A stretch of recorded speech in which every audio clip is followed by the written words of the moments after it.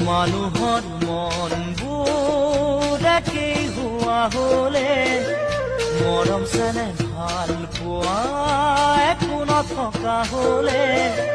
কাৰোৱেই নাভাগে হিয়া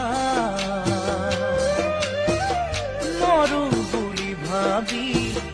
মৰিব পৰা হলে পাহৰো বুলি পাহৰিব পৰা হলে কাৰো নহয় এনে দশা